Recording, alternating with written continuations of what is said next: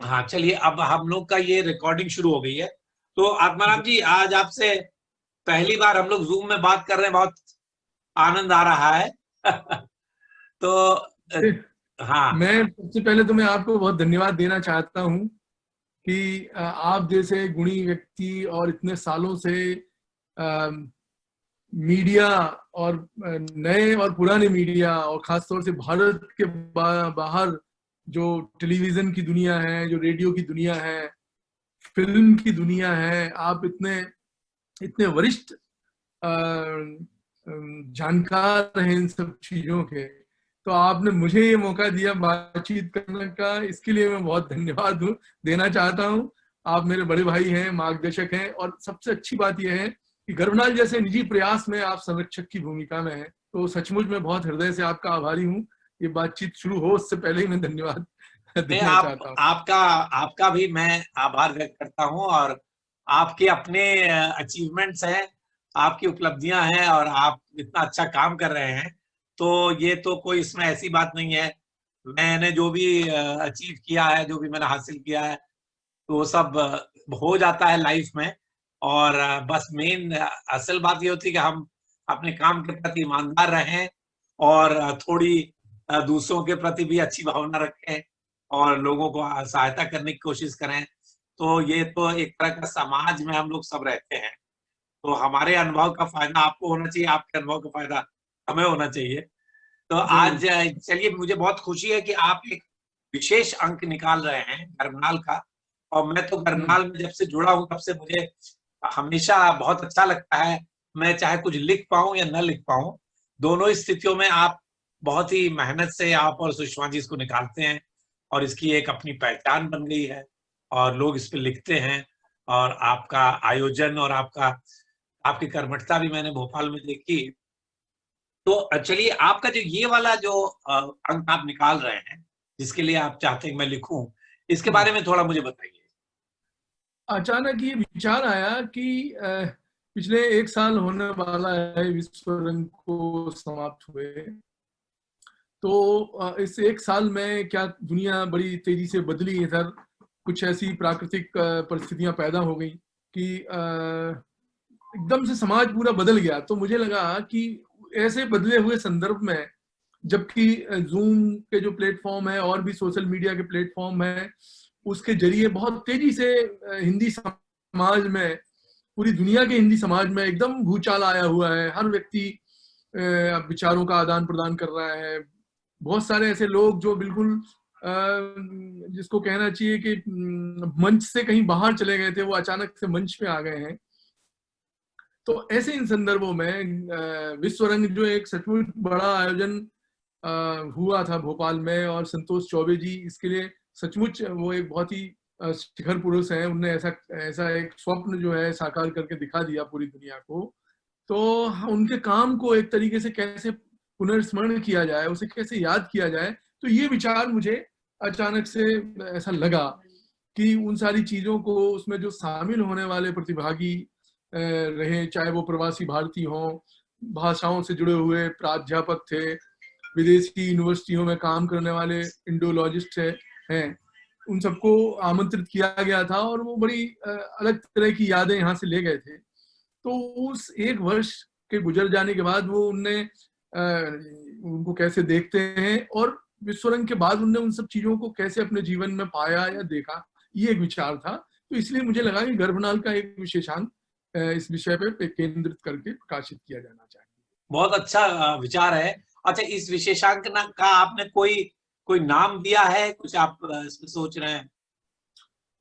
नाम का तो अभी बहुत ज्यादा ऐसा जहन में नहीं है कि पर मुझे ऐसा लगता है विश्व हम अब विशेषांक के साथ ही अ, उसका विश्व रंग स्मरण 2000 स्मरण यादें विशेषांक या इस तरह का कोई नाम रखेंगे।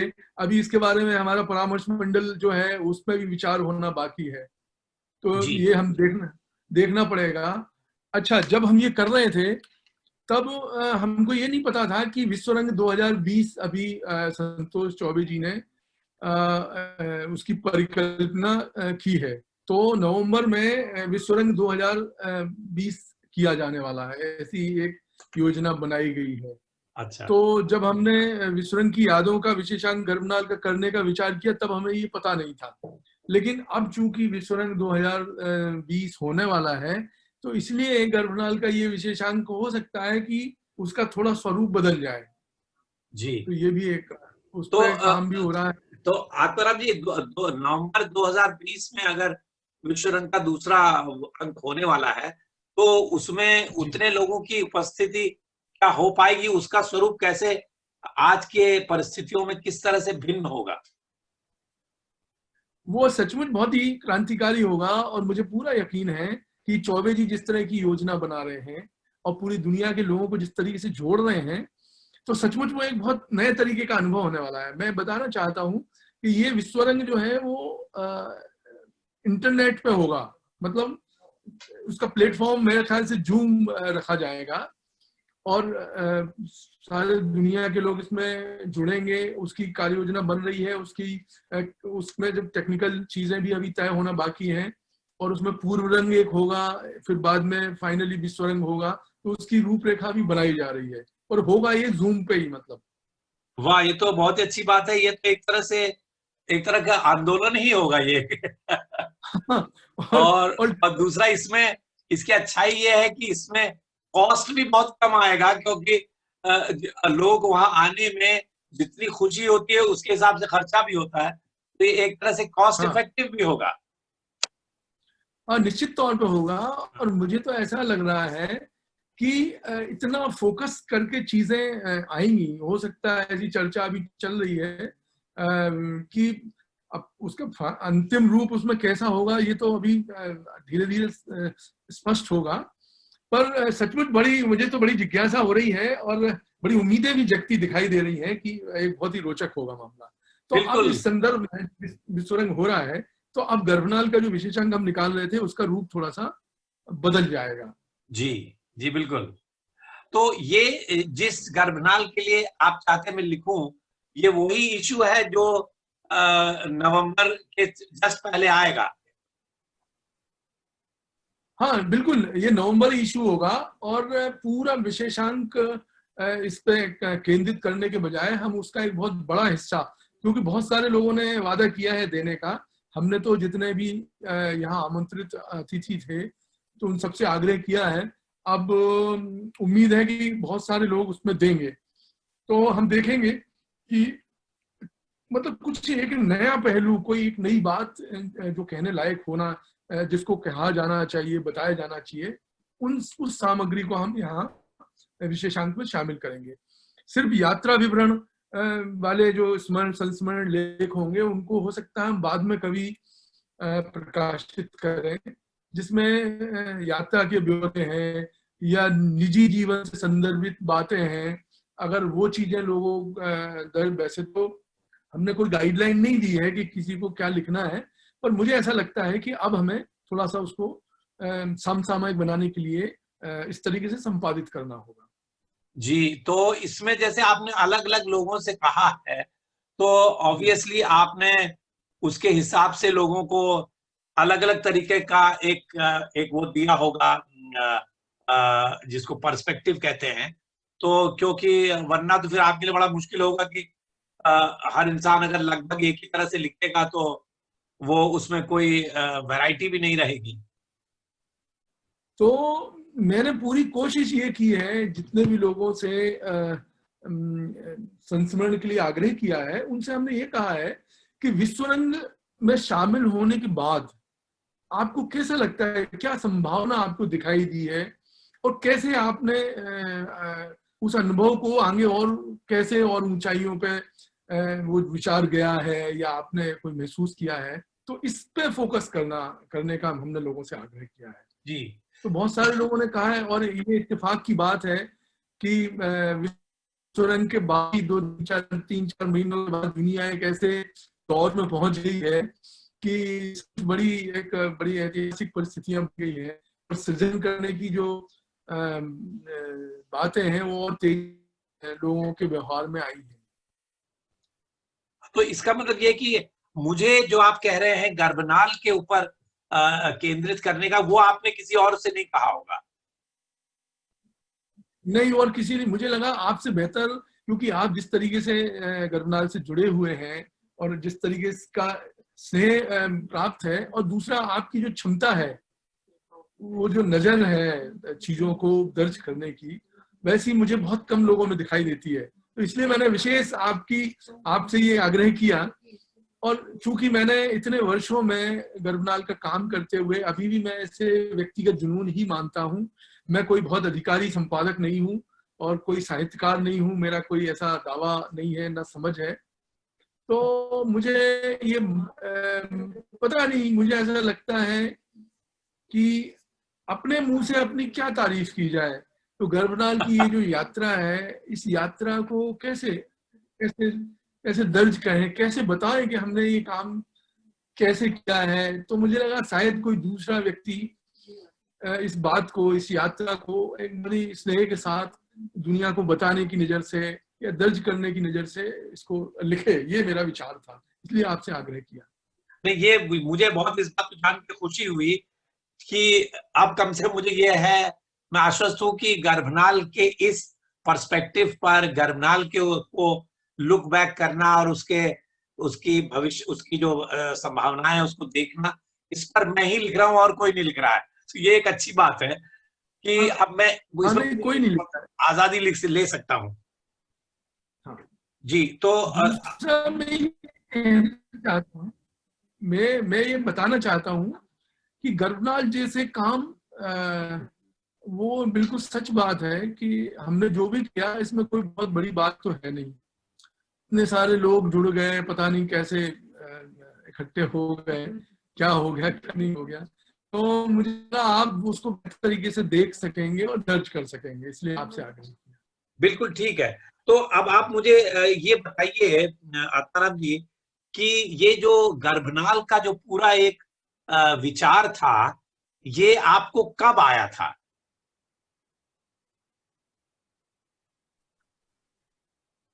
ये विचार दरअसल क्या हुआ कि दुनिया 2004 में जो इंटरनेट का जो बैंडविड्थ है वो बदल गई थी। और वैसे तो इंटरनेट शुरू हुआ था 2000 में, एकदम से उसका प्रचार तेज हुआ। 2004-5 में तेजी से इंटरनेट का प्रचलन समाज में हो रहा था, दुनिया में, कंप्यूटर की दुनिया में हो रहा था। मूलतः मैं कंप्यूटर से जुड़ा हुआ आदमी हूँ, तो इंटरनेट का इस्तेमाल मैं कर रहा था। तो मुझे, मेरे अनेक मित्र अमेरिका में हैं जो यहाँ से TCS में थे और इन्फोसिस में, और तो वो वहाँ जाते थे, तो इंटरनेट के जरिए हम उनसे ईमेल के जरिए संवाद करते थे। अब क्या हुआ कि कुछ लोग, हमारे देवेश पंत हैं, हमारे बड़े मित्र हैं, वो अभी भी अमेरिका में रहते हैं। तो उनके बच्चे बहुत मतलब 5 या 6 वर्ष के थे जब वो वहां गए। तो 2006 में उनने हमसे कहा कि यार हमारे बच्चों के लिए कुछ एक ऐसी सामग्री, कुछ हमारा जो भारतीय सनातन वांग्मय है, जो हमारी नीति कथाएं हैं, जो हमारे पंचतंत्र है, महाभारत है, रामायण है, जो हमारे सांस्कृतिक धरोहर है, उसका परिचय करवाने के लिए कुछ ऐसी चीजें आप इकट्ठी करके और हमको अगर भेज सकते हैं तो भेजिए। तो वही मेरे मन में एक जहन में विचार आया कि चूंकि PDF बनाने की सुविधा एडोब ने दी थी, तो कि कोई भी डॉक्यूमेंट आप बनाएं और उसको PDF में सेव करके आप किसी को भी भेज सकते हैं। तो मैंने PDF में मतलब एक डिजाइन करके उसकी 4 पन्ने का एक न्यूज़लेटर नुमा डिजाइन किया, जिसमें छोटी सी लघु कथाएं थी, कुछ नीति कथाएं थी, कुछ ऐसा करके एक 4 पन्ने का एक इसको बोलना चाहिए पैम्पलेट कह लीजिए, या एक छोटा सा टेबलाइट अखबार नुमा बना के और उनको भेजा। तो जब वो उनके पास कौन गया से तो सन की बहुत बात ही है? खुश हुए, बोले ये तो बहुत ही, ये 2006 के फरवरी 2006 में फरवरी या मार्च में जो है ये उसका एक सवाल, मार्च की बात है ये। जी तो जी। जब हमने उनको भेजा तो बहुत खुश हुए, बोले यार ये तो बड़ा चमत्कारी है, और बोले इसको थोड़ा और बढ़ाओ। और तो हमने लगातार 3-4 महीने इस पे काम किया, और उसका आकार बढ़ते बढ़ते 24 पन्ने का हो गया। और फिर 24 पन्ने का होके अंततः नवंबर में हमने पूरी एक योजना बनाई कि क्यों ना इसको एक पत्रिका का स्वरूप देना चाहिए, जिसमें महाभारत हो, जिसमें रामायण हो, जिसमें पंचतंत्र हो, और एक कहानी भी हो, एक नई कहानी हो, एक पुरानी कहानी, एक व्यंग होना, ऐसा एक पूरा ढांचा बनाया, उसका एक फॉर्मेट बनाया जो पत्रिका का फॉर्मेट होता है। और हिंदी की श्रेष्ठतम कहानियां हों, हिंदी के श्रेष्ठतम व्यंग हों, मतलब ऐसे ऐसे बच्चे जो अमेरिका से बाहर रहते हैं उनको भाषा, मतलब हिंदी साहित्य से कैसा जोड़ा जाए, ऐसा एक फॉर्मेट हमने बनाया। और जब हमने पहला अंक निकाला तो उसका आधार यही था कि अभी भी वो इंटरनेट पे सारे के सारे अंक गर्भनाल के अभी भी मौजूद हैं पूरे, 2006 से लगा के अब तक के। तो जब वो अंक हमने निकाला तो पहले ही अंक करीब से 2000 लोगों में पता नहीं कैसे जो है वो प्रसारित हो गया। और ये जो पहला अंक आपका था ये प्रिंट में नहीं था, ये आपने वेब वाला ही किया था पहले? हाँ, प्रिंट में तो 2011 में आया, 2006 से लगा के 2011 तक। मैं बताता हूँ प्रिंट में कौन सा अंक आया पहला।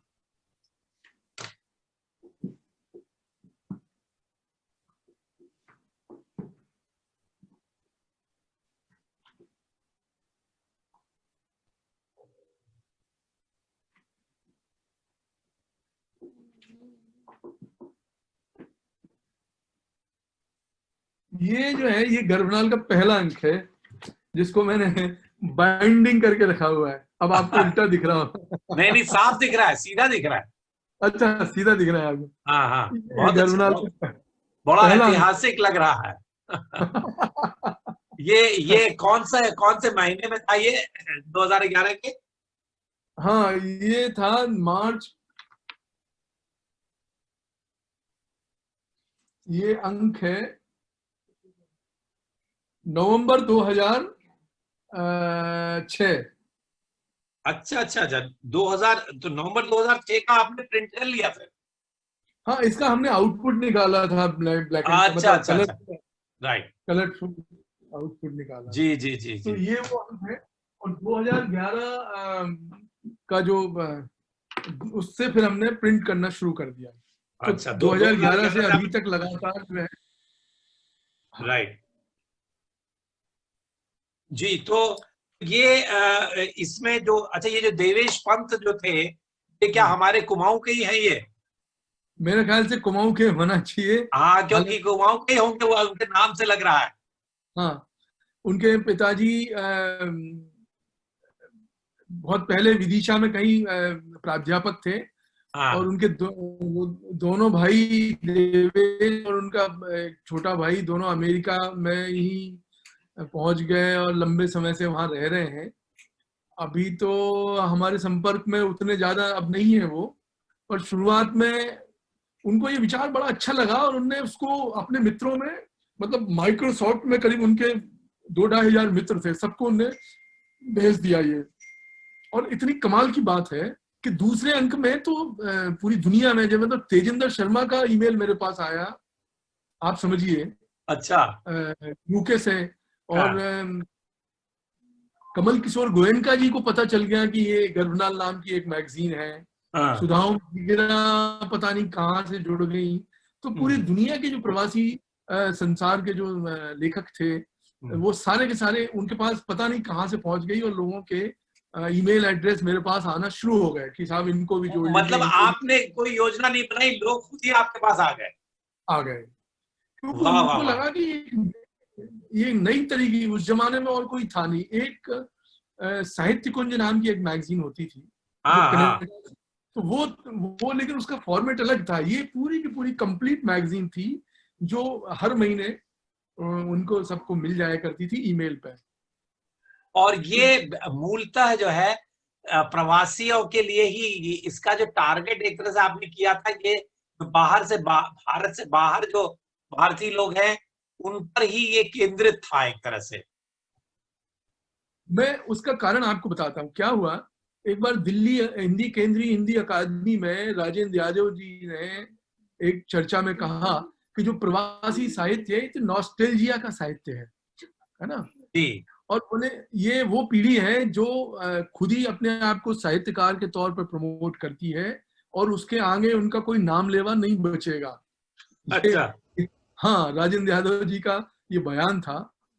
और बोले ये सब लोग, लेकिन मुझे ऐसा लगा कि इस बात में पता नहीं कितनी सच्चाई है नहीं है, लेकिन सौभाग्य से सुषम वेदी को मैं बहुत लंबे समय से पढ़ता रहा हूँ। अब हाँ। आप सुनिए, ये पहले अंक में जो हमारे रचनाकार हैं उसमें सुषम वेदी की मैंने कहानी इसमें छापी है। आप कल्पना करिए, हाँ मतलब मेरा उनसे परिचय एज ए साहित्यकार के तौर पे है ना। जी। और वो कहानी देखिए आप कितनी अद्भुत है।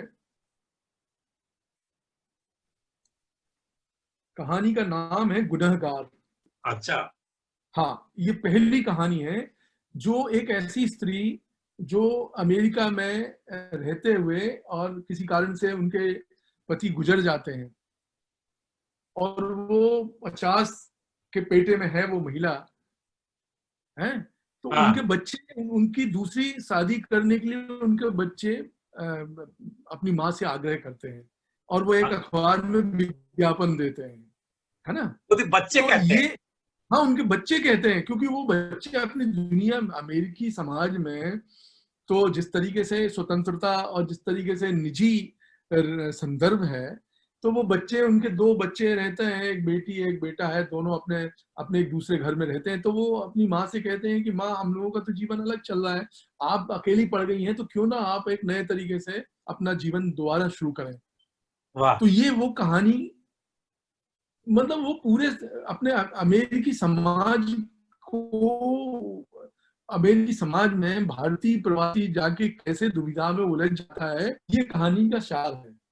वाह वाह वाह। तो मुझे लगा कि राजेंद्र यादव बोल रहे हैं, राजेंद्र यादव का कहना है कि नॉस्टैल्जिया का साहित्य है, तो भैया ये तो इस कहानी में तो ऐसा कहीं दिखाई नहीं दे रहा है। ये तो बहुत ही जीवंत तो मुझे साहित्य है। लगा कि प्रवासी साहित्य, हाँ हाँ, जीवन साहित्य। तो ये एक विचार था, मुझे लगा इस विचार को और खोजना चाहिए। हाँ और इसी क्रम में फिर मैंने बहुत सारे प्रयोग किए, बहुत सारे लोगों को शामिल किया। जैसे कि आज ही आपने गौतम जी की, आपने सचदेव जी की आपने बात की थी, वो हाँ कमाल हाँ। के साहित्यकार हैं। हाँ वैद बिल्कुल। मैत्र जैसे लोगों, वैद मैत्र जिनने हिंदी कैसे पढ़ना चाहिए, गर्भनाल में हमने 21 अंकों में उनका, वो तो इंजीनियर थे, लेकिन वो हिंदी से उनका इतना स्नेह था बिल्कुल कि उन्होंने बिल्कुल। अपने बच्चों के लिए हिंदी का पाठ्यक्रम तैयार कर दिया। तो हाँ, बल्कि ऐसे ये गौतम जी वाली तो आप इसको अपने घरनाल वाले में डाल सकते हैं, इस छोटी सी डॉक्यूमेंट्री को। हाँ, जरूर हम डालेंगे, हाँ, जरूर हमें नौ बड़ी नौ खुशी मिनट की डॉक्यूमेंट्री है। मैं इसके बारे में भूल गया था, तो मैंने देखा कि वो यूट्यूब में पड़ी हुई है, पर उसको मैंने अपलोड नहीं किया था। तो कल ही मुझे ये इसका एक खोज, ये 8 साल से पड़ी हुई थी, तो कल मैंने इसको जारी कर दिया। तो आप गर्भनाल, स्वागत है, आप उसको अपने उसमें डाल सकते हैं। जरूर जरूर। हाँ, तो आप तो कह रहे थे कि इस तरह से जो है, एक तरह से आपने खुद भी ये खोजा कि किस तरह से ये पत्रिका का विस्तार होता जा रहा है। नहीं, दूसरा हमारे सामने पत्रिका का विस्तार कभी, एक और हमारे दिमाग में पता नहीं क्यों एक विचार था, अभी भी मैं उसमें कायम हूं, कि बहुत सारी चीजें हमको स्वतः प्राप्त हैं। आप मुझे बताइए, ये जो जी। 5 तत्व हमको मिले हुए हैं, ये स्वाभाविक तौर से मिले हुए हैं। हाँ तो साहित्य भी स्वाभाविक है। हाँ आप दुनिया कितनी आगे बढ़ जाए, भाई हमारे तुलसीदास जी ने रामचरितमानस लिखा, तो कोई कॉपीराइट तो उन्होंने मांगा नहीं, और उन्होंने ये भी नहीं कहा कि रामचरित ग्रंथ लिखने के बाद हमको इसमें कोई पैसा वैसा मिलेगा। एक, हाँ।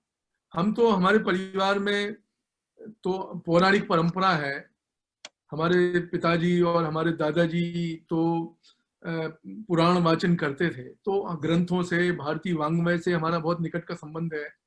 जी। तो वहां व्यास परंपरा है, तो व्यास परंपरा में ग्रंथ किसने लिखा उसमें किसी राइटर का नाम नहीं है। मतलब भागवत किसने लिखी, व्यास ने लिखी। अब कौन से व्यास हैं वो, है ना।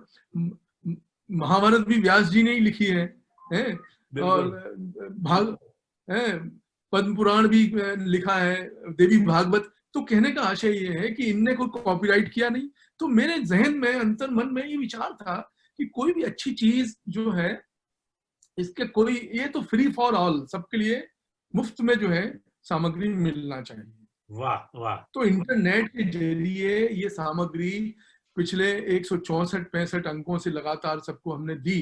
तो उसके पीछे मूल विचार यही था कि ये सहज भाव से सबके लिए कभी भी और स्थायी तौर पे, मतलब जब आपको समय मिले, हाँ। आप जैसे अमेरिका, अमेरिका फोकस पहले इसलिए रहा कि वहां लोग लंबी ड्राइव करके जा रहे हैं, वो ट्रेनों में वक्त, तो उनके पास समय है और आप धीरे से आपने, अच्छा एक तो ये था। दूसरा ये था कि न्यूज़पेपर, अब अमेरिका जैसे जगह में न्यूज़पेपर कोई खरीदता नहीं है, वो हाँ। तो स्ट्रीट में रखे हुए हैं, जिसकी मर्जी वो उठा लेगा।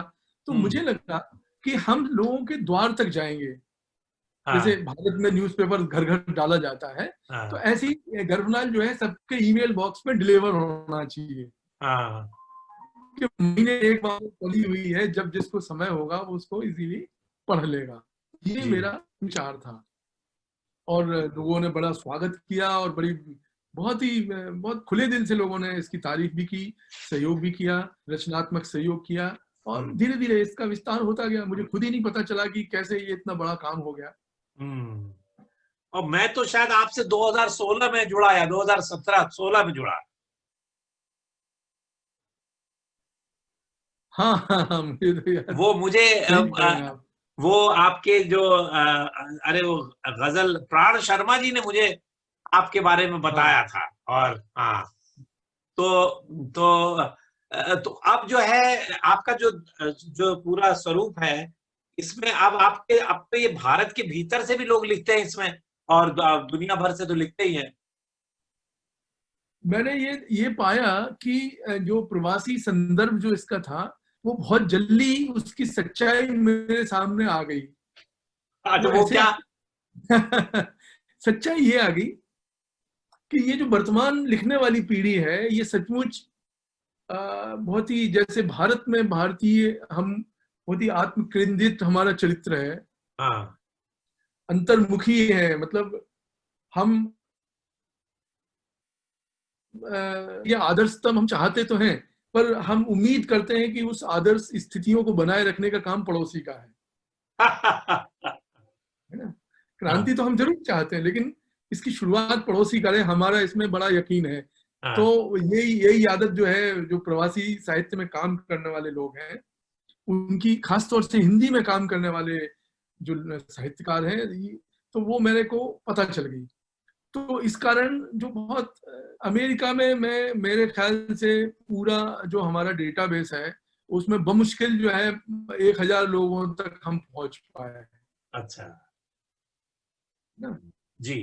कुछ नए लोग खोज नहीं पाए हम, है ना। हाँ। वही वही लोग रिपीट होने लगे, तो फिर वो भारत के बहुत सारे लोग फिर हमसे कहने लगे कि भाई ऐसा क्या है, हमें भी मौका दीजिए। और आप जानते हैं कि किसी भी एक पत्रिका को हर महीने निकालने के लिए लगातार सामग्री का जो जरूरत होती है, हाँ। तो उसके चलते भी हमने भारत के लोगों को इसमें शामिल करना प्रारंभ किया। हाँ, और उसमें क्या बुराई, क्या वो तो होना भी चाहिए। हाँ बिल्कुल। तो अच्छा, तो इसके बाद जो है आपके ये जो वेबसाइट में और प्रिंट में आपने निकालना शुरू किया, तो प्रिंट का आप कितना, मतलब मैं अपनी जानकारी के पूछा हूँ, कितने आप उसका उसका निकालते हैं, कितने कॉपीज निकलती हैं प्रिंट में? क्या हुआ, 2011 तक कुछ लोग ऐसे थे जो बार बार मुझे आग्रह करते थे कि भाई हम कंप्यूटर पे नहीं, क्योंकि इस पत्रिका के आधे से ज्यादा पाठक जो है वो बुजुर्गवार थे, जो 60 से ऊपर, 60 वर्ष से ऊपर के लोग थे। जी। तो उनका ये हमेशा कहना होता था कि भाई कंप्यूटर पे हम इतनी देर तक इसको नहीं पढ़ सकते, तो आप करेक्ट। हमारे लिए, खास तौर से जो भारत में रहने वाले लोग थे, तो उनका कहना था कि आप इसको मुद्रित करिए, इसका जो भी खर्चा होगा वो हम मिलजुल के इसका वहन करेंगे। अच्छा। तो हमने कहा कि ठीक है, हम ऐसा कोशिश करते हैं। तो शुरुआती दौर में हमने इसकी 5,000 कॉपियां प्रकाशित करना प्रारंभ की और अच्छा। हमने इसको विस्तार देना शुरू किया, वितरित करना शुरू किया। और अनेक वर्षों तक हम इसको चलाते रहे, और कुछ लोगों ने बड़े विज्ञापन वगैरह भी हमको उपलब्ध करवाए, जिसकी वजह से खर्चा वर्चा निकलने लगा। लेकिन हमने धीरे धीरे पाया कि ये तो बड़ा व्यापारिक कार्य है। वो जो बहुत बहुत मंशा थी, उसमें सपोर्ट की और जरूरत फिर पड़ती है। और उसमें एक टीम चाहिए। तो जब बड़ी टीम चाहिए तो फिर उसके लिए संसाधन चाहिए। और हाँ। फिर वो तो एक बड़ा मुश्किल काम है कि कुछ छपने जा रही है, फिर उसको डाक में भेजना है, फिर किनको मिली नहीं मिली, फिर किसी का पैसा आया नहीं आया, तो वो बहुत खर्चीला काम हुआ। तो हमने कहा भाई ये तो बड़ा कठिन है। और वैसे भी विज्ञापन, साहित्यिक पत्रिकाओं को और विज्ञापन मिलना तो बड़ा कठिन था। तो इसलिए वो फिर हमें लगा कि ये इतना 5,000 प्रसार संख्या बहुत कठिन है, इसको मेंटेन करना हमारे लिए संभव नहीं था। फिर हमने उसको बहुत सीमित संस्करण निकालना प्रारंभ कर दिया। तो अभी अच्छा। भी हम उसको मुद्रित करते हैं, लेकिन बहुत सीमित करते हैं, जितनी बहुत आवश्यक हो, जब जैसा प्रिंट ऑर्डर होता है उसके हिसाब से, जो परम। हाँ, मतलब कि हो सकता है 500 1000 ऐसे करते होंगे आप। हाँ, बस बस इतना हाँ। ही करते हैं, बल्कि कम क्यों? ही करते हैं कई बार। क्यों? हाँ, बिल्कुल। क्योंकि मेनली तो आपकी जो उसका जो एक तरह का जो डिसेमिनेशन है, प्रसार है, जो उसका उसकी जो उपलब्धता है, वो तो इंटरनेट से बढ़िया और कोई है ही नहीं। आजकल तो सभी के पास इंटरनेट है। आपको बड़ा खुशी होगी, एक समय गर्भनाल के 2 लाख ईमेल एड्रेस पे हम इसको प्रसारित करते हैं। आप सोचिए, हाँ। 2 लाख ईमेल एड्रेसेस पे ये भेजी जाती है। और मेरा ऐसा ख्याल है कि 2 लाख से ज्यादा बाद में, क्योंकि बहुत सारे लोग उसको अपने तक भी भेजते हैं। जैसे मान लो आपके पास भेज दी, तो हो सकता है कि आप अपने मित्रों को इसको फॉरवर्ड फॉरवर्ड करते कर हैं। दे, करेक्ट तो करेक्ट। ऐसा एक अनुमान लगाया गया कि जी गर्भनाल औसत तौर पे 5 लाख ईमेल एड्रेस पे भेजी जाती है। जी जी, बिल्कुल बिल्कुल। अच्छा, अब आतरा भी इसमें आपने बहुत अच्छे अच्छे केंद्रित इश्यूज निकाले हैं, विशेषांक निकाले हैं। ये आपने कब से शुरू किया, और आप अपने आप से कुछ मुझे बता सकते हैं कि कौन से विशेषांक ऐसे हैं जो आपको लगता है कि बहुत अच्छे निकले हैं? ऐसे बहुत सारे विशेषांक हैं, बल्कि पूरी की पूरी एक श्रृंखला है विशेषांक की, अच्छा। जो हमने। हाँ, अचानक हमको ये लगा कि मतलब बीच में जो हिंदी की जो दुनिया है, वो दुनिया में कई बार बड़े विवाद, मतलब हिंदी का संसार बड़ा विवाद प्रिय संसार है। जब तक विवाद ना हो, जब तक लोगों को मजा नहीं आता। हाँ, बिल्कुल बिल्कुल। हमें लगा कि यार हम विवाद में न पड़ते हुए कुछ ऐसा हम अपने प्रवासी पाठकों को बताएं कि भैया हिंदी का संसार बड़ा, आपने नहीं पढ़ा तो ये आपकी दिक्कत है, और इसको आप कोई कमतर ना माने। जैसे आपको जानकर उन्हें हैरानी होगी कि कृष्ण बलदेव वैद्य जैसे बड़े हिंदी के साहित्यकार, जो 40 साल तक अमेरिका में रहे, हार्वर्ड यूनिवर्सिटी में पढ़ाते रहे, अंग्रेजी पढ़ाते रहे, और उनका इतना विशाल उनका दायरा है, उनका कैनवास इतना बड़ा है साहित्य में, लेकिन बड़ा आश्चर्य है कि बड़े नामी गिरामी प्रवासी साहित्यकार उनको नहीं जानते। क्या नाम बताया आपने? कृष्ण बलदेव वैद्य। हाँ, करेक्ट करेक्ट।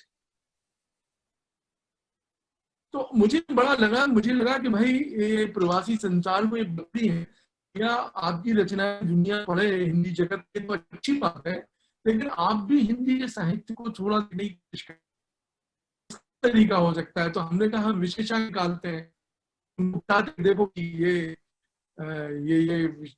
चीजें हैं, आप इस पे गौर करिए, नजर डालिए।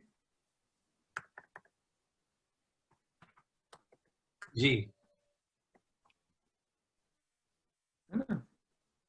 तो अब जैसे कुछ विशेषांकों के नाम मैं आपको बताना चाहता हूँ, हाँ। कि वो हमने बहुत खास तौर से, मैं वही बताना चाह रहा था कि हमने जो हमारे विषय, आप देखिए, भाषा के ऊपर हमने केंद्रित करना शुरू किए बहुत सारे अंक। अच्छा, है जैसे ना? मसलन? जैसे सबसे पहले मैं बताना चाहता हूं कि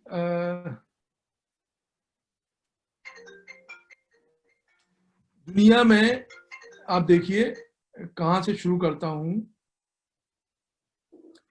ये यहां से शुरू किया मैंने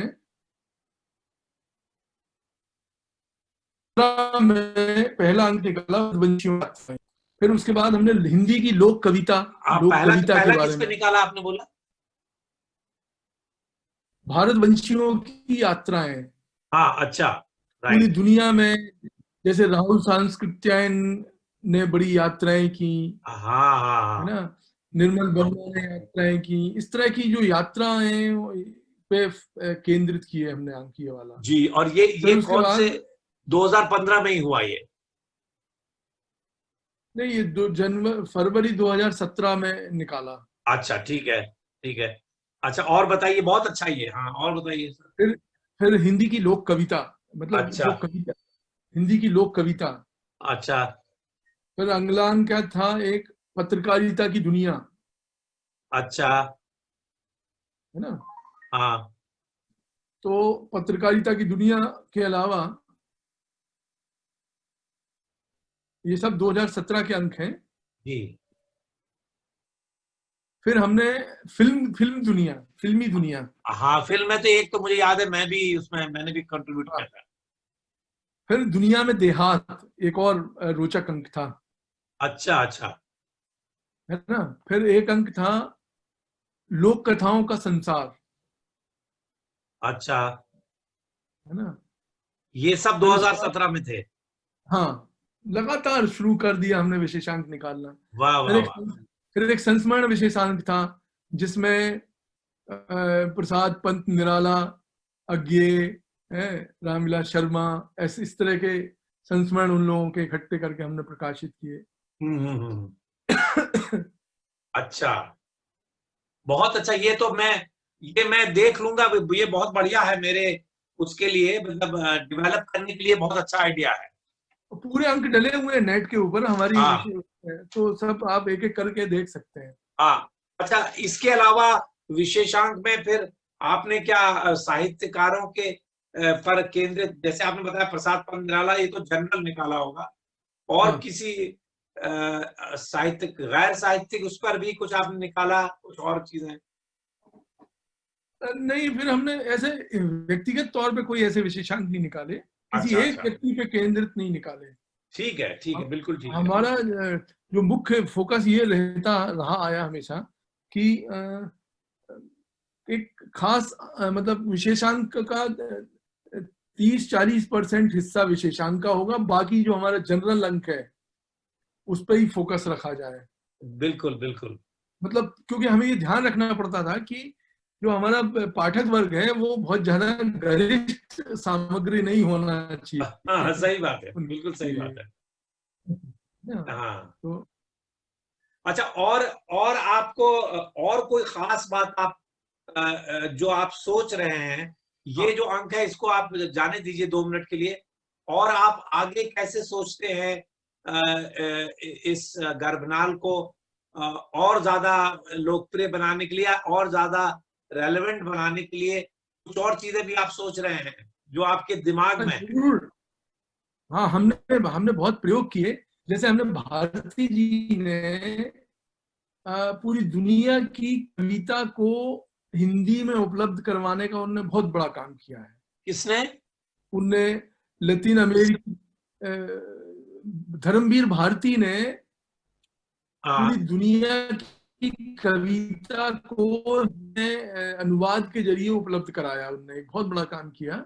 अच्छा, तो हमने गर्भनाल में उनकी कविताओं का जो हर अंक में एक कविता प्रकाशित की, कि दक्षिण अफ्रीका की कविता, लैटिन अमेरिका की कविता, ब्राजील की कविता, युगांडा की कविता।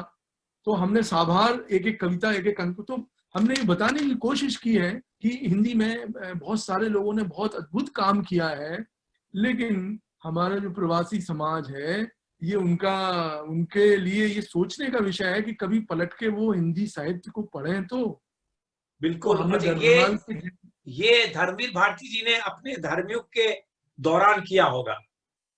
हाँ, किया होगा, और पुस्तकाकार संकलित है वो। तो हमने वो पुस्तक जो है उससे साभार करके हमने प्रकाशित की है। तो हमें बताना चाहते हैं कि इस तरह की बहुतेरी सामग्री हमने प्रकाशित की गर्भनाल में। जी जी बिल्कुल। तो बार बार हमारी कोशिश ये रही है कि प्रवासी समाज को इस बारे में अवगत कराया जाए कि भाई आप हिंदी को ऐसा कुछ कमजोर न समझें, और हिंदी को किसी की मदद की आवश्यकता नहीं है, और हिंदी की सेवा जैसा जो टर्म है ये बिल्कुल गैर जरूरी लफ्ज है। किसी भी भाषा की कोई सेवा होती नहीं है, ये कहना ठीक नहीं है। इसके बारे में एक बात मैं कहना चाहता हूँ, जो मेरा भरोसा है, अब कहाँ तक सही है गलत है मुझे नहीं पता। हिंदुस्तान में जब मुगल शासन कर रहे थे तो उनकी जो राजकीय भाषा थी या ऑफिशियल लैंग्वेज थी वो फारसी थी, आप जानते हैं। जी बिल्कुल। तो एक मुहावरा है कि हाथ कंगन को आरसी क्या और पढ़े लिखे को फारसी क्या। हाँ तो बिल्कुल मतलब पढ़े बिल्कुल। लिखे होने है, पैमाना था पढ़ा लिखा होने का मतलब फारसी के अगर आप ज्ञाता हैं, हाँ फारसी अगर आपको आती तो आप पढ़े लिखे हैं। हाँ। फिर साहब मुगल चले गए, अंग्रेज आ गए, तो अंग्रेजों ने जो भी किया इस देश के साथ, तो मुहावरा ये गढ़ा गया कि अ, फारसी कि पढ़े फारसी बेचे तेल, ये देखो किस्मत के खेल। सही बात है। तो मतलब फारसी तो पढ़ा है लेकिन बेच तेल रहा है। हाँ तो इसका क्या मतलब हुआ?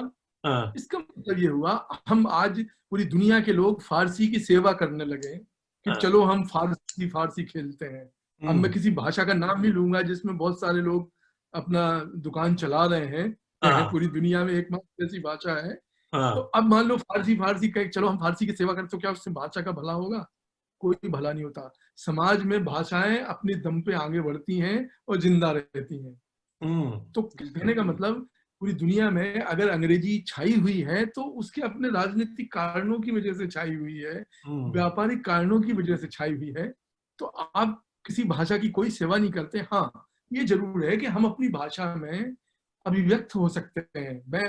मैं हिंदी भाषी हूँ, मेरी मातृभाषा हिंदी है, तो मैं बहुत अच्छे तरीके से अपने आप को अभिव्यक्त कर सकता हूँ इस भाषा में। और हमारे बच्चे कितना करेंगे ये उनके ऊपर है, मैं कुछ कुछ नहीं कर सकता। तो सच यही है। तो इसलिए इस काम को मैंने कभी हिंदी की सेवा बिल्कुल नहीं माना, और आगे भी मेरा मानने का कोई विचार नहीं है। ये मैं जरूर कहना चाहूंगा कि हिंदी की सेवा पाठक बन के पढ़ के ही उसकी अगर आप उसको सेवा कहना चाहें तो यूं ही कह सकते हैं। तो आपका, अगर मैं आपसे पूछूं कि आपका मकसद अगर हिंदी की सेवा नहीं है, तो आप अपने मकसद को कैसे कैसे आप उसको इजहार करेंगे उसका? मैं तो कुछ शब्दों में अगर कहना चाहूँ तो मैं सचमुच हिंदी का बहुत बड़ा पाठक हूँ, और मैं चाहता हूँ कि दुनिया में जो हिंदी में विविधता से लोग अपने आप को दर्ज कर रहे हैं उसको मैं पढूं।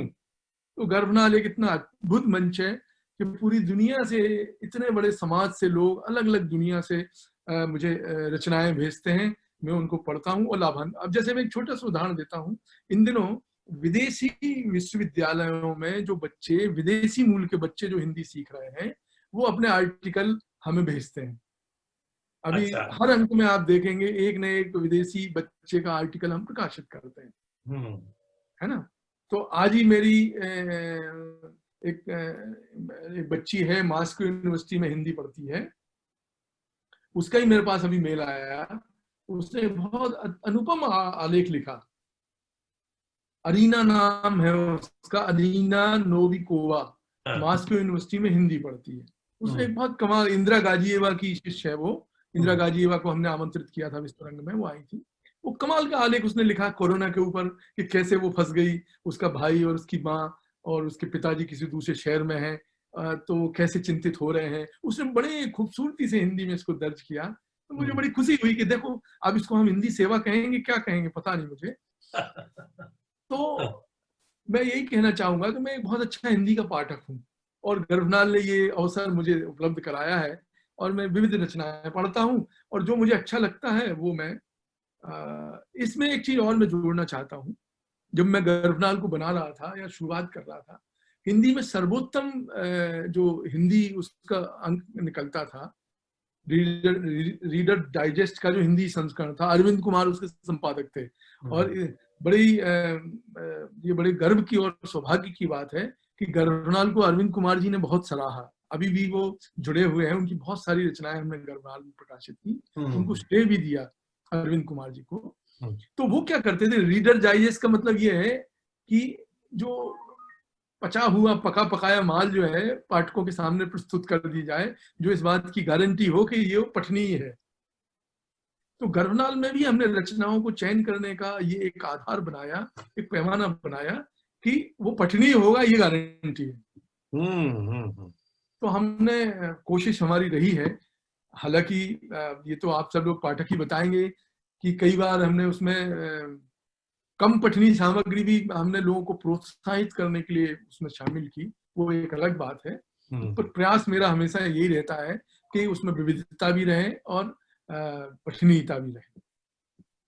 बहुत अच्छा, बहुत अच्छा। बल्कि यही बात जो आप कह रहे हैं, मैं भी देखे, हालांकि हमने सानिध्य 2003 में एस्टेब्लिश किया था और 2000 में मैंने साउथ एशियन सिनेमा फाउंडेशन बनाया। अभी कोरोना काल में अब साउथ एशियन सिनेमा फाउंडेशन, जाहिर है यहाँ पर हम भारतीय सिनेमा की भी बात करते हैं, तो यहाँ जो भारतीय लोग भी हैं उनका भी रोजमर्रा की उनकी जो एक्सप्रेशन है वो अंग्रेजी में ही होती है। तो अभी जो मैंने सानिध्य संवाद शुरू किया करीब 2 महीने पहले, उसको मैंने इसलिए शुरू किया क्योंकि मुझे लगा कि मैं इसको हिंदी में करूं, और हिंदी में करने से एक तो भारत से बहुत सारे लोग उससे जुड़े, और उसमें एक जो आनंद हिंदी में बात करके, अब जैसे मुझे 30-32 साल हो गया, तो जब मैं हिंदी में बात करता हूं तो मेरी सहजता, हालांकि मैं अंग्रेजी बहुत ठीक ठाक बोल लेता हूँ, लिख भी लेता हूँ, किताबें भी लिख चुका हूँ, लेकिन हिंदी में बोलने में जो मुझे वही बात है कि कोई सेवा की बात नहीं है, अपने को अच्छे लगने की बात। तो अभी जैसे हमारा अभी सत्यु साहब को मैंने पिछली बार सानिध्य किया था, 30 को हम श्याम बेनेगल से बात कर रहे हैं, तो श्याम बेनेगल से मैंने कहा कि बेनेगल साहब आप तो हिंदी में बात करेंगे, तो उन्होंने, वो चूंकि बहुत पहले से जानते हैं, कहने लगे ललित इंग्लिश में बात करूंगा। तो मतलब ये है कि एक जो सहजता है वो कोई हमारा सेवा भाव नहीं है, हमारा वो आप जो कह रहे हैं ना, तुलसीदास का जो स्वांत सुखाय ही हम लोग करते हैं, तो स्वांत सुखाय ही वो बहुजन सुखाय हो जाता है मेरे ख्याल से। बिल्कुल बिल्कुल बिल्कुल बिल्कुल आपने सही कहा।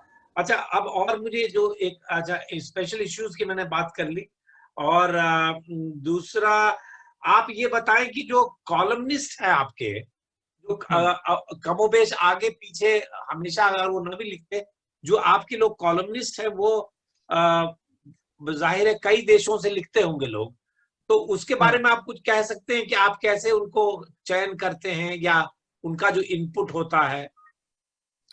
वो मैंने ये किया, उसका मुझे मेरे जहन ये था कि हर देश से एक डायरी होनी चाहिए जी। तो अलग अलग देशों की हमने लोगों से जोड़ा, बाद में वो इतनी श्रृंखला इतनी प्रचलित हो गई, और बड़ा अच्छी चीज ये है कि वो सब संरक्षित है, मतलब इंटरनेट के ऊपर। हमने सिंगापुर की डायरी प्रकाशित की, नीदरलैंड की डायरी प्रकाशित की, अमेरिका की डायरी, यूके की डायरी, इंग्लैंड की डायरी, सब मतलब कम से कम 15-15, 20-20 आलेख लगातार हमने प्रकाशित किए। तो उसका पीछे कारण ये था कि उस डायरी के जरिए उस देश का पूरा एक स्वभाव, एक चरित्र और वहाँ की जो परिस्थितियां उसके बारे में जाने। तो ये अभी भी आपका चल रहा है? मैं खुद जानना चाहता था। अब वो बात मतलब फिर हमारे यहाँ बड़ी लेखकीय जो दिक्कत है वो थोड़ी सी कि वही गिने चुने 15-20 लोग ही उसके बाद आगे नए लोगों को खोज पाने में बड़ी कठिनाई होती है, तो फिर वो नहीं चल पाया। जी बिल्कुल। अच्छा, बिल्कुल। एक चीज और मैं कहना चाहता हूँ कि एक वो दौर था जब गर्भनाल लगभग 5 या 6 अंक हम एक साथ संपादित करते थे। वो उनका आप एग्जाम्पल दे रहे थे धर्मियों का। हाँ, भारती जी ने एक बार इंटरव्यू में कहा था कि धर्मियों के एक साथ 3 अंक जो है वो मुद्रण में रहते थे। मतलब अच्छा। अगर मार्च अंक अगर आना है, मार्च अंक आना है तो मार्च, अप्रैल, मई 3 अंकों की सामग्री प्रेस में रहेगी। वाह वाह, अच्छा। तो गर्भनाल जब हमने बनाई, शुरुआत की, तो आप यकीन करेंगे एक साथ 24 अंकों की तैयारी मैंने की थी। और कैसे कर पाए आप? वो हमने ऐसा किया कि हमने श्रृंखलाएं बनाई कि एक कहानी लेना है, हाँ हाँ। लेना है एक, तो ऐसे रचनाओं को पहले संकलित किया, और एक साथ 25 कहानियां, 25 व्यंग, 25 कथा संस्मरण ऐसे इकट्ठे कंपोज करवा के पहले से जमा करके उसमें अब वैसे हमारी बात खत्म होगी, पर आप ये आपने कहा कि आपने एक एक साथ 24-24 अंकों की तैयारी की, और उसका जाहिर है आपने पहले से सामान इकट्ठा कर लिया होगा इसके पहले कि आप उसको छापना शुरू करें। हाँ, तो मैं उसमें गर्भनाल की सफलता का यही राज है कि ये कभी भी, अभी तक हमने जितने अंक निकाले हैं, हमेशा हर महीने की आखिरी तारीख को हर कीमत पर ये रिलीज हुई। तो उसका कारण सिर्फ यही है कि उसकी तैयारी हमने हमेशा पहले से की, और कम से कम 2 से 4 अंकों की सामग्री हमेशा हमारे पास रहती है। मतलब बैकअप आपने तगड़ा है आपके पास। बहुत तगड़ा बैकअप है हमारे पास। तो इस अभी भी हाँ, नहीं बताइए। अभी भी हमारे पास कम से कम 15-20 कहानियां लाइन में रहती हैं, 50 कविताओं की लाइन रहती है। संस्मरण 10 तो जब आपने शुरू किया पहला अंक, उसके पहले आपने कम से कम एक साल तो केवल सामान इकट्ठा किया होगा, सामग्री इकट्ठा की हाँ, होगी। बिल्कुल। हमने कम से कम 6 महीने तैयारी की और 12 अंक एक साथ तैयार कर दिए थे। और तब 12 अंक, निकालना शुरू किया। 12 अंकों में सिर्फ 2 पन्ने होते थे, एक तो पाठकों की प्रतिक्रियाएं और संपादकीय। बस ये हर अंक में मुझे सिर्फ उतना ही लिखना होता था, बाकी पहले से तैयार था। तो ये आपका बैंक जो है वो घटता बढ़ता नहीं है अभी? आपका क्राइसिस तो नहीं होता है कि या हमेशा नहीं, आपका बैकअप तैयार रहता है? बिल्कुल बैकअप तैयार रहता है और बहुत लंबी लाइन रहती है। कई बार समय काल परिवेश के हिसाब से हम बदलते भी हैं, लेकिन इसमें बड़े बड़े आनंद का विषय भी है। पर मेरे मन में हमेशा ये रहा है कि अगर आपने कोई वादा किया है तो उसको जरूर पूरा करना चाहिए। ये तो आप तो धर्मवीर भारती जी से भी आगे निकल गए, वो तो 2-3 का नहीं तैयारी नहीं। रखते थे। आप तो 24 की तैयारी रखते हैं।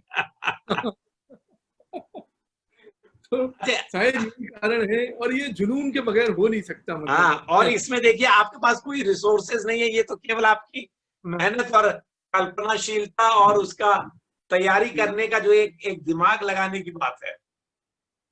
जी। अच्छा, आप मुझे ये बताएं कि इसका नाम जो आपने गर्भनाल रखा, ये किसका आइडिया था? ये क्यों रखा आपने नाम?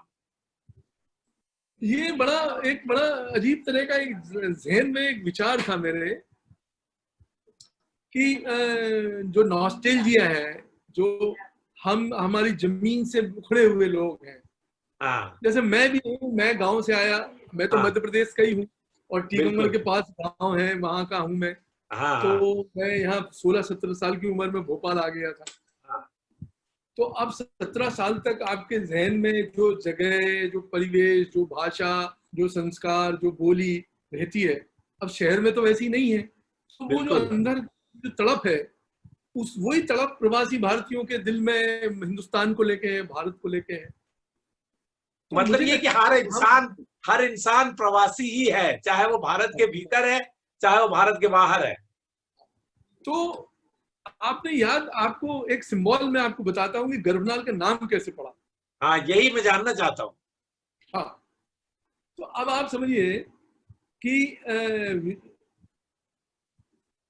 विष्णु जो है, नीलाम भुजस्साम कोमलांगम, सीता समारोह विधवाम भागम। हाँ है ना? तो हाँ वो लेटे हुए हैं, हाँ उसकी नाभि से एक कमल का फूल जो है निकला हुआ है, हाँ हाँ हाँ। उसमें ब्रह्मा जी विराजमान है। हम्म। तो ब्रह्मा जी जब सृष्टि की रचना करते हैं, ऐसा कहा गया है कि धर्मवीर भारती ने धर्मयुग नाम क्यों रखा अपनी हाँ पत्रिका का?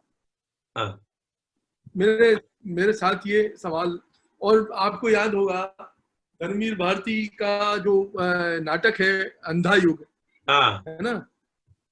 तो अब अंधा युग आपने पढ़ा ही होगा, वो तो एक जी। लंबी कविता है एक तरीके से।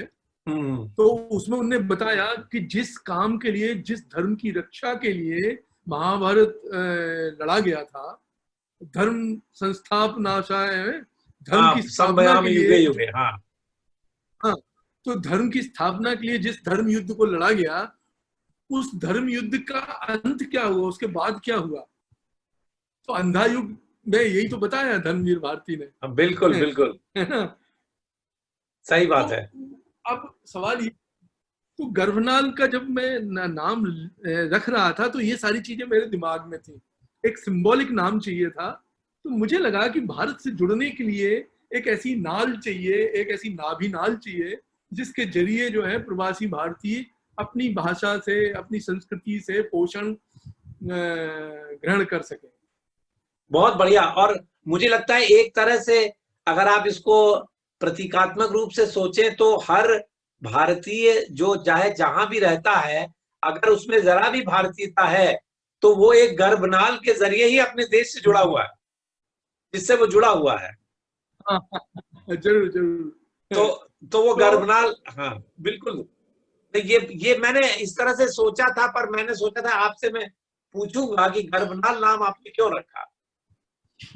हाँ, तो तो वो प्रतीक, जी प्रतीकात्मक ही था, सारा सारा प्रतीक के तौर पे ही था। हाँ बहुत सारे लोग इससे सहमत भी हुए इस नाम से।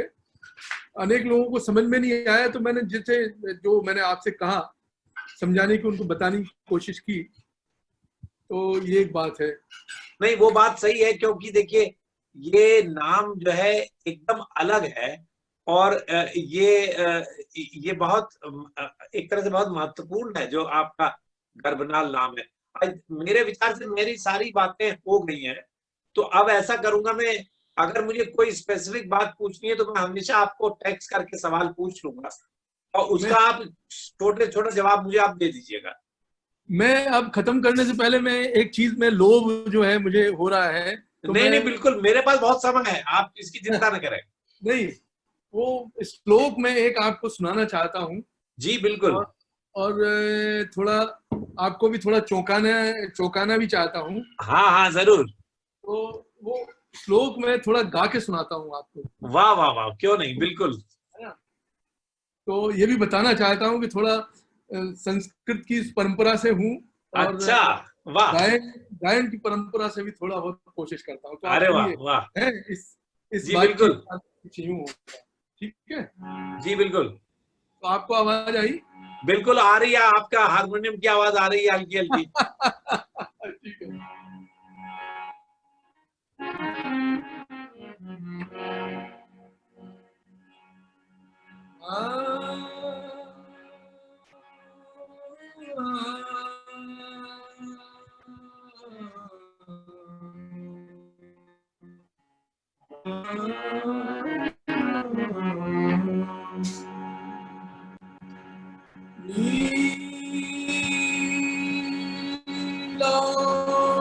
भुजग श्यामल कोमलांगम सीता समारो प्रतिभां भागम वाह। पाणौ महासायक चारु चापम् नमामि रामं रघुवंशनाथम् नमामि रामं रघुवंशनाथम्